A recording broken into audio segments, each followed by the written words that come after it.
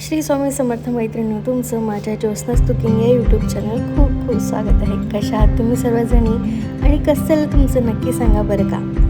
आजची आपली रेसिपी आहे मस्त असे झालेले जाळीदार डोसे. छान असे सॉफ्ट झालेले होते आणि खूप छान टेस्टी झालेले होते आणि प्लस हेल्दी देखील झालेले होते.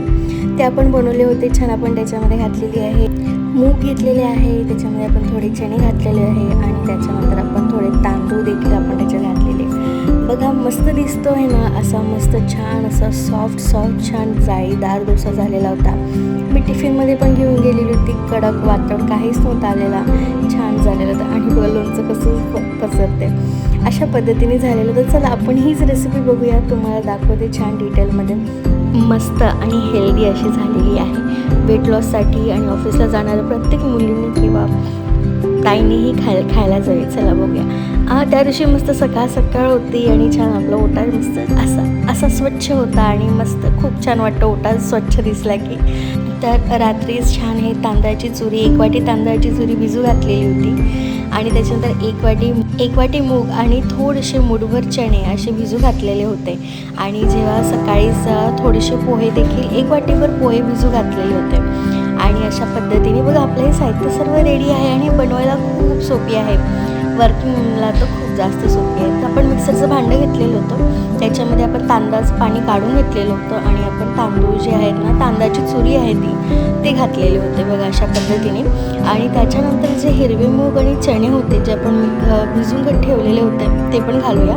पण आधी आपण पोहे जे भिजवलेले होते ना त्याच्यातले पाणी काढलं, मग पोहे घातले. त्यात सर्व पोहे घातले, 1 वाटीभरच होते. आणि त्याच्यानंतर जे मूग आहेत ना त्याच्यातलं थोडंच घातलेलं, पूर्ण हे घातलं, थोडं ठेवलं.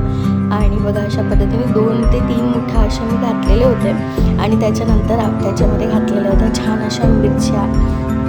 आणि बघा त्याचं बाजूला ठेवून दिलं. त्याच्यानंतर त्याच्यामध्ये छान मिरच्या घातलेल्या होत्या, अशा तोडूनच घातल्या. आणि दही, लसणाच्या पाकळ्या असेल तर तुम्ही त्या पण घालू शकता, पण तेव्हा लसण सोलायला घाई झालेली होती.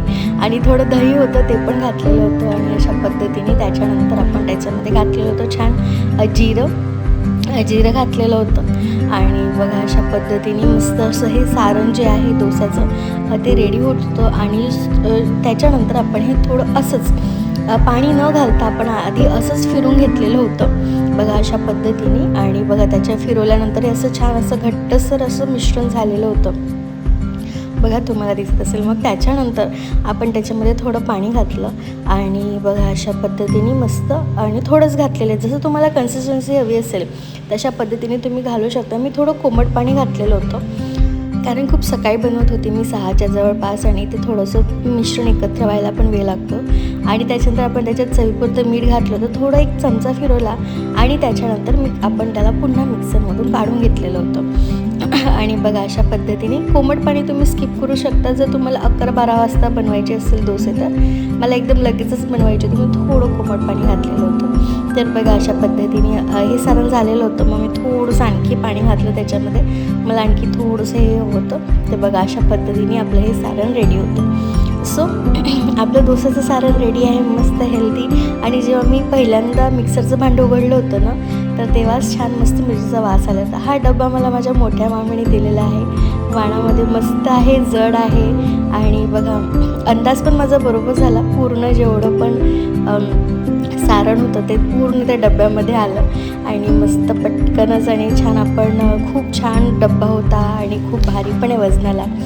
अशा पद्धतीने बघा मस्त झालेलं होतं. पूर्ण सारण आलं आणि झाकण पण जर उरलंच तर आपण लागलीच फ्रीजमध्ये ठेवू शकतो.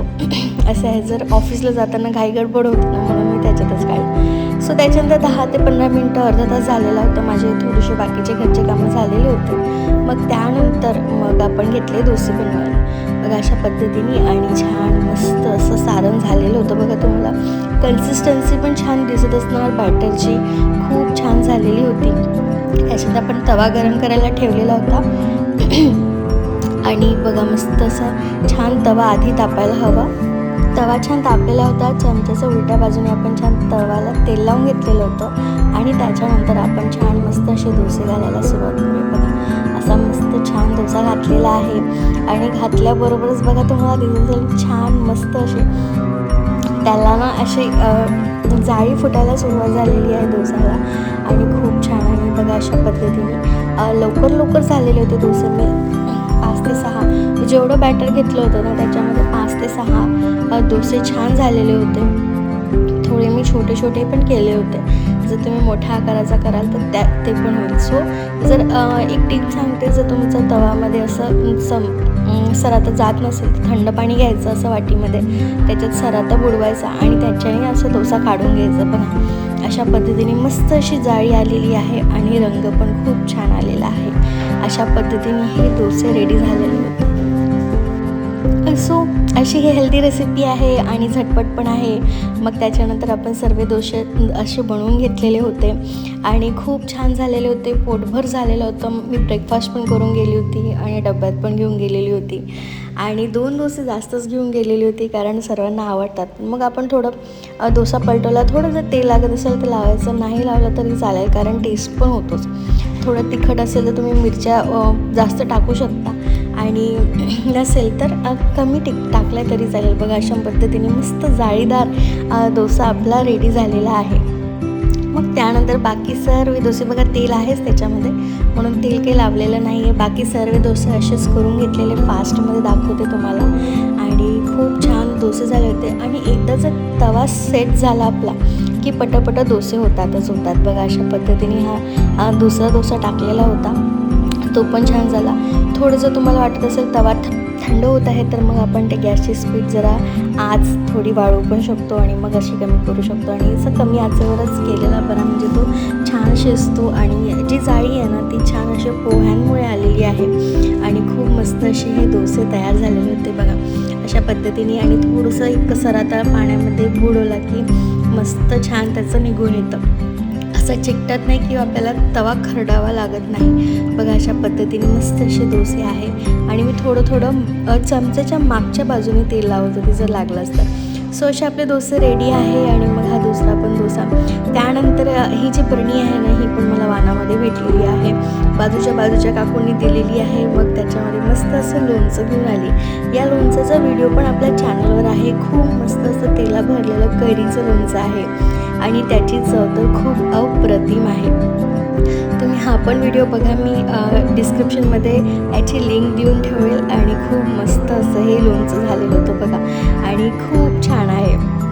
सो चला आता तुम्हाला प्लेटिंग करून दाखवते. मस्त असे छान जाळीदार डोसे जे आहेत ते आपण वाढणार आहोत प्लेटमध्ये. छान 3 डोसे वाढलेले आहे आणि त्याच्यानंतर तेच डोसे मी डब्यामध्ये भरून घेतलेले होते पण तो व्हिडिओ शूट नाही झाला. आणि त्याच्यानंतर आपण ते जे लोणचं आहे मस्त असं छानसं लोणचं आणि त्याची चव तर अप्रतिम आहे. त्याचा व्हिडिओ तुम्ही नक्की बघा. ते पण वाढलेलं होतं आणि छान असं मस्त डब्बाचं झाकण उघडल्याबरोबर इतका सुंदर सुवास आलेला होता, खूपच छान. बघा अशा पद्धतीने वाढलेला आहे आणि त्याच्याला तेल जे आहे बघा कसं मस्त असं लोळत आलेलं आहे आणि हा सॉफ्ट डोसा झालेला आहे मस्त. चला आता तुम्ही पण ही रेसिपी करून बघा आणि व्हिडिओ आवडला तर लाईक करा, कमेंट करा आणि चॅनलला सबस्क्राईब करायला विसरू नका. बघा मस्त असे छान जाळीदार हेल्दी डोसे आपले रेडी आहे. चला आता या व्हिडिओचं इथेच करते आणि श्री स्वामी समर्थ.